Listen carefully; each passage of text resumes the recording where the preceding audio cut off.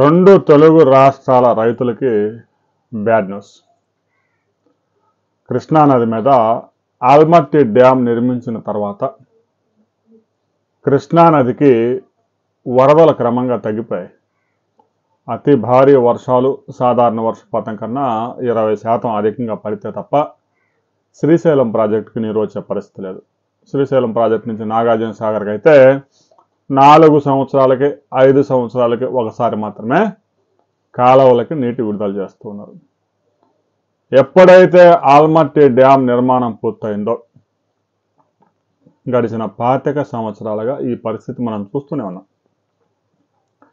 నాగార్జున సాగర్ కుడి కాలువ ఎడవ కాలువ కింద పెద్ద ఎత్తున గతంలో వరి సాగు చేసేవారు. ఆల్మట్టి డ్యామ్ రాకముందు ఆల్మట్టి డ్యామ్ నిర్మించిన తర్వాత ఇక వరి సాగుకి నీరు రావడం లేదు. ఆల్మట్టి డ్యామ్ లేకముందు నాగార్జున సాగర్కి జూలై చివరి వారంలోనే పెద్ద ఎత్తున వరద వచ్చేది. ఆ డ్యామ్ నిర్మించిన తర్వాత ఆగస్టు చివరి వారానికి కూడా రావడం లేదు. అదృష్టవశాత్తు ఈ ఏడాది మాత్రం ముందుగానే వరద వచ్చింది. తాజాగా మరోసారి ఆల్మట్టి డ్యామ్ ఎత్తు పెంచేందుకు కర్ణాటక అసెంబ్లీ 70,000 కోట్ల రూపాయలు కేటాయించేందుకు తీర్మానం చేసింది. ప్రస్తుతం ఉన్న 519 మీటర్ల నుంచి 524 మీటర్లకి ఆల్మట్టి డ్యామ్ ఎత్తు పెంచాలని కర్ణాటక ప్రభుత్వం డిసైడ్ అయిపోయింది. మనకి ఇక్కడ చూడటానికి కేవలం 5 మీటర్లే కదా అనుకోవచ్చు. ఈ 5 మీటర్లలోనే ఉంది అసలైన నీటి నిల్వ మొత్తం. 519 మీటర్ల మొత్తం నీటిని నిల్వ చేస్తే ఒక 120 టీఎంసీలు. అయితే వచ్చిన నీరు వచ్చినట్టు కెనాల్స్కు వాడుకుంటూ ఇప్పటికే ఆల్మట్టి ద్వారా 160 నుంచి 180 టీఎంసీలు ప్రతి సంవత్సరం కర్ణాటక ప్రభుత్వం ఉపయోగించుకుంటూ ఉంది. ఇక దీన్ని 524 మీటర్లకు గనక పెంచితే ఏటా 300 టీఎంసీలు ఒక ఆల్మట్టి డ్యామ్ కిందనే కర్ణాటక ప్రభుత్వం ఉపయోగించుకునే అవకాశం ఉంది. ఇప్పటికే ఉన్న 120 టీఎంసీల నీటి నిల్వ కెపాసిటీని 200 టీఎంసీలకు పెంచడంతో పాటు వచ్చిన నీటిని వచ్చినట్టు కెనాల్స్ ద్వారా తరలించేందుకు అవసరమైన భూసేకరణకి 70,000 కోట్ల రూపాయలు కేటాయించేందుకు కర్ణాటక ప్రభుత్వం సిద్ధమైంది.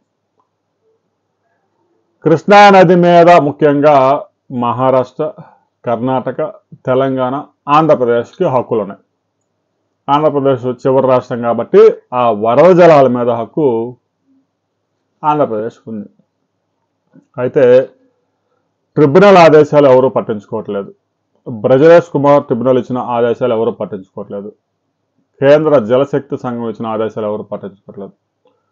కర్ణాటక, తెలంగాణ, ఆంధ్రప్రదేశ్ ఎవరిష్టం వచ్చినట్టు వాళ్ళు ప్రాజెక్టులు కట్టేస్తూ ఉన్నారు. అనుమతులు తర్వాత, ముందు ప్రాజెక్టులు. ఈ విధంగా కృష్ణానది మీద ఉన్నన్ని ప్రాజెక్టులు ఈ దేశంలో మరే నది మీద కూడా లేవు అనడంలో అతిశయోక్తి లేదు. దీనికి కూడా ఒక కారణం ఉంది. కృష్ణానది మీద ప్రాజెక్టులు నిర్మించడానికి అనువైన ప్రాంతాలు ఎక్కువగా ఉన్నాయి. గోదావరి మీద ప్రాజెక్టు నిర్మించాలంటే అంత ఈజీ కాదు.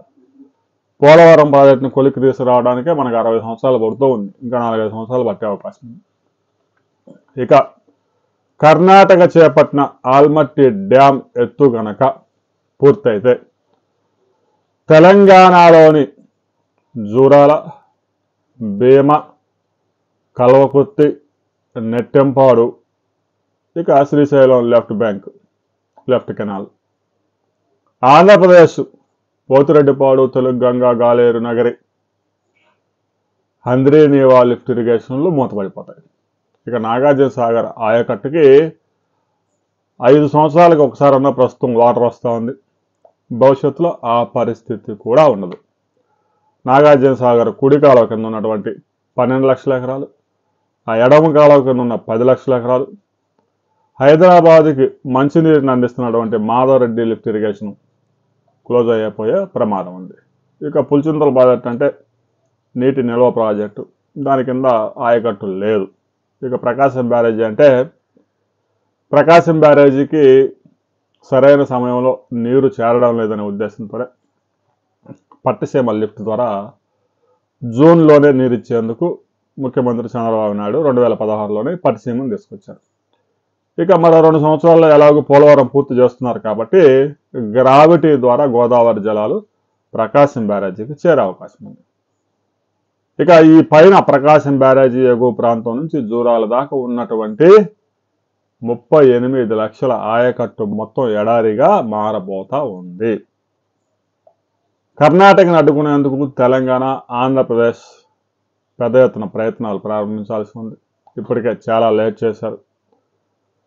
ఒక జాతీయ పత్రికలో హిందూలో ఈ న్యూస్ రాస్తే తప్ప ఆంధ్రప్రదేశ్లో మీడియా కూడా స్పందించలేదు. కనీసం కర్ణాటక అసెంబ్లీలో ఆల్మట్టి ఎత్తు గురించి ఇంత పెద్ద డెవలప్మెంట్ న్యూస్ వస్తే కనీసం తెలుగు మీడియా స్పందించిన పాపాన పోలేదు. నిన్న మాత్రం కొంతమంది రాజకీయ నాయకులు, చంద్రమోహన్ రెడ్డి లాంటి వాళ్ళు కొంతమంది స్పందించారు. ఆల్మట్టి డ్యామ్ ఎత్తు పెంచుతూ ఉంటే గనక తెలంగాణ, ఆంధ్రప్రదేశ్ చూస్తూ ఉంటే కొత్తగా ప్రాజెక్టులు ఏదైతే తెలంగాణ ప్రభుత్వం చేపట్టాలని డిపిఆర్కి ఆదేశాలు జారీ చేసిందో ఆ ప్రాజెక్టులు నిర్మించడం వేస్ట్. ఇప్పటికే నిర్మించిన ప్రాజెక్టులు కూడా 4-5 సంవత్సరాలకు ఒకసారి వరదలు వచ్చిన సంవత్సరం మాత్రమే పనిచేస్తాయి. మిగతా రోజుల్లో ఆ ప్రాజెక్టులన్నీ నిరుపయోగంగా మారే అవకాశం ఉంది. కర్ణాటక ఆల్మట్టి ఎత్తు తెలంగాణ, ఆంధ్ర ఎడారీకరణకు దారి తీయబోతా ఉంది. నాయకులు మేల్కొనాలి. ఆల్మట్టి డ్యామ్ ఎత్తు పెంపుని నిరోధించేందుకు సుప్రీంకోర్టుని ఆశ్రయించాలి. రాజకీయ నాయకులు ఎప్పటికైనా కళ్ళు తెరవండి. ఎలక్షన్ వచ్చినప్పుడు పొరుగు రాష్ట్రాలతో పోరు పెట్టుకోవడం కాదు, రైతుల ప్రయోజనాలు కాపాడేందుకు తెలంగాణ, ఆంధ్ర ఒకటి కావాలి. ఆ తర్వాత జల వివాదం తెలంగాణకి, ఆంధ్రాకి ఉంటే వీరిద్దరు పరిష్కరించుకోవచ్చు. కర్ణాటకలోనే 300 నుంచి 400 టీఎంసీ జలాలు ఉపయోగించుకుంటే ఇక కృష్ణా జలాలు ఆగస్టు చివరి వారానికి కూడా జూరాల ప్రాజెక్టు చేరే అవకాశం లేదు. రాబోయే రోజుల్లో ఆల్మట్టి డ్యాంపై కర్ణాటక ఎలాంటి నిర్ణయం తీసుకోబోతా ఉంది, ట్రిబ్యునల్ ఆదేశాలు ఆచరిస్తుందా లేదా, సుప్రీంకోర్టు గైడ్లైన్స్ అని చెప్తా ఉన్నాయి. కేంద్ర జల సంఘం అనుమతి ఇవ్వకపోయినా ఆల్మట్టి డ్యామ్ ఎత్తు ఎందుకు పెంచాలనుకుంటున్నారు అనే వివరాలతో మరో వీడియో మనం కలుసుకుందాం.